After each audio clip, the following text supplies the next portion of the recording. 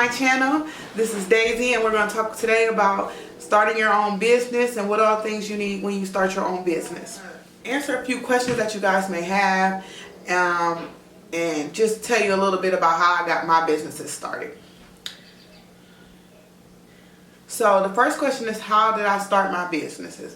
So firstly, I started with braiding. I started because, as you know, I'm a full-time braider. So I started with braiding, and I would braid my friends' hair years ago. Like, I would just braid my friends' hair and braid my daughter's hair and just play on that. And I wouldn't really like say that was a business back then. It was just something that I did. It was just something I did for fun, something I like to do.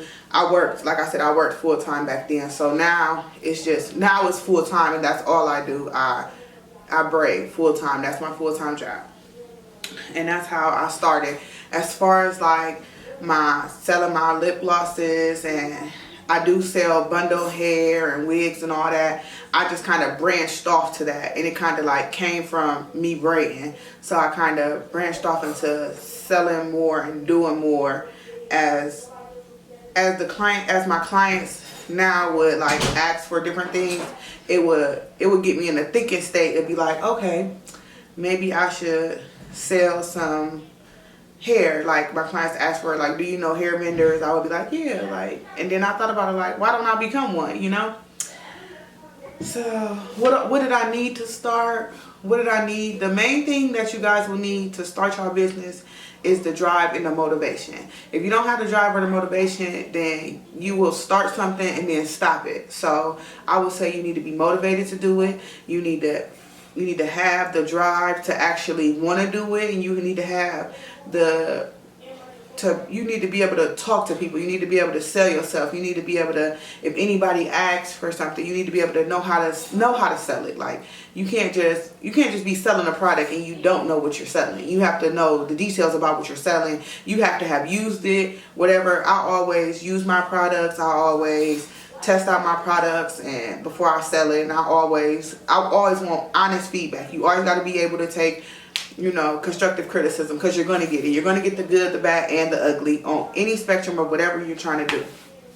And also, you need the capital. You need to have enough funds that's going into your business that's coming out of your business. So the money that comes out of your business, it needs to be covered from what's going in.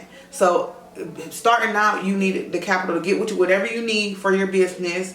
You need to get that. You need to have the capital to get that, but you also need to still maintain your living expenses. Make sure you got your living expenses taken care of, your, like, everything that you need, like, on a daily basis. Just make sure you have that.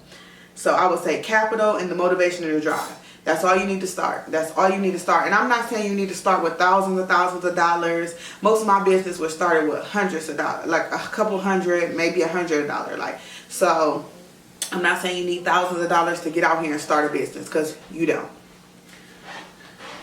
When is a good time to start? You will start your business when you're ready. I wouldn't say jump into anything. Do your research. Google is your best friend. You can ask other people who's in the line of business that you're in, but I would say do your research. Do your research, do your research, do your research. Don't go quit no job saying you about to be out here selling something, or you about to start up a business, and then you don't have an income to support you because you don't have the customers to cover your business. So I would say keep working. I worked all the way up until I felt I was ready to quit my job, and just keep working. And whenever you feel, pray about it. That's another thing. I pray hard over everything that I do. Anything that I go into that I'm ready to go into, I pray over it before I go into it. What sites do I use for materials? I use a lot of different sites. Amazon. It's starting off, Amazon will be your best friend. Amazon is what I use, because Amazon is more so for beginners. Once you find different vendors, it'll be easier to reach out and get different stuff. But for the most part, I use Amazon. A lot of people on YouTube are giving the game. They're literally giving you the game on a platter, ready to serve. Any field that you want to go in, you can just YouTube it, Google it. You can get all the specs. You can get it from the top to the bottom, good, bad, whatever.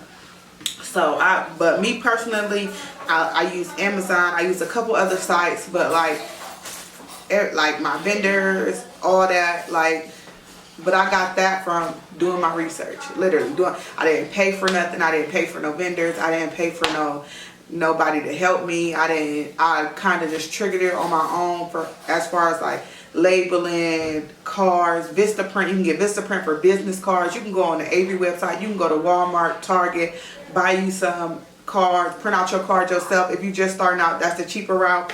You can go to all these websites, print out whatever you need, and give it a go. How do I do my pricing? I do my pricing based on cost of living in the area I am. And so I would go look around at other people who's selling the same product. I would look at their prices, and I wouldn't start off with the top person. The top person, you just starting off, don't go and find the top person in your city and you see their prices is $400 for a product, and you be like, okay, I'm gonna charge $400 because they're charging $400. You're just starting out. You got to build your credentials. What you're gonna do is you're gonna start at a price that's reasonable, that you have to build people up to trusting you, to getting a product from you. You can't just hop out and be like, oh yeah, I'm gonna charge all this, and then you don't have no clientele. So now you expecting this big profit, and you're not profiting anything because you're not selling anything. That makes sense. Goal setting. Okay, goal setting is nothing you can really teach. It's based on the person, the business. It's based on you. Your decision, however you set your own goals, is how you set. How I set my goals, I set my goals bi-weekly. I set my goals by, some goals I have daily, some goals I have monthly, some goals I have yearly. But my goals is set to what my revenue has been and what I want my revenue to be. Profits. I always say your profit should be at least whatever. Okay, say you have a product that costs $5. I say your profit should be at least $10 or at least $12.50. About as much as your product, or as much as your product and a half. So I would say it just depends on how you feel and how comfortable you are with selling.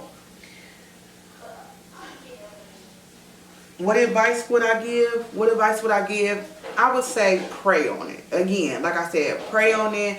Make sure you're like steady in like what you want to do, and don't give up. Do not give up. I said if things can be slow. Things have been slow for me. I've had slow days, slow weeks, slow months, and you just keep going. I don't quit. I don't give up.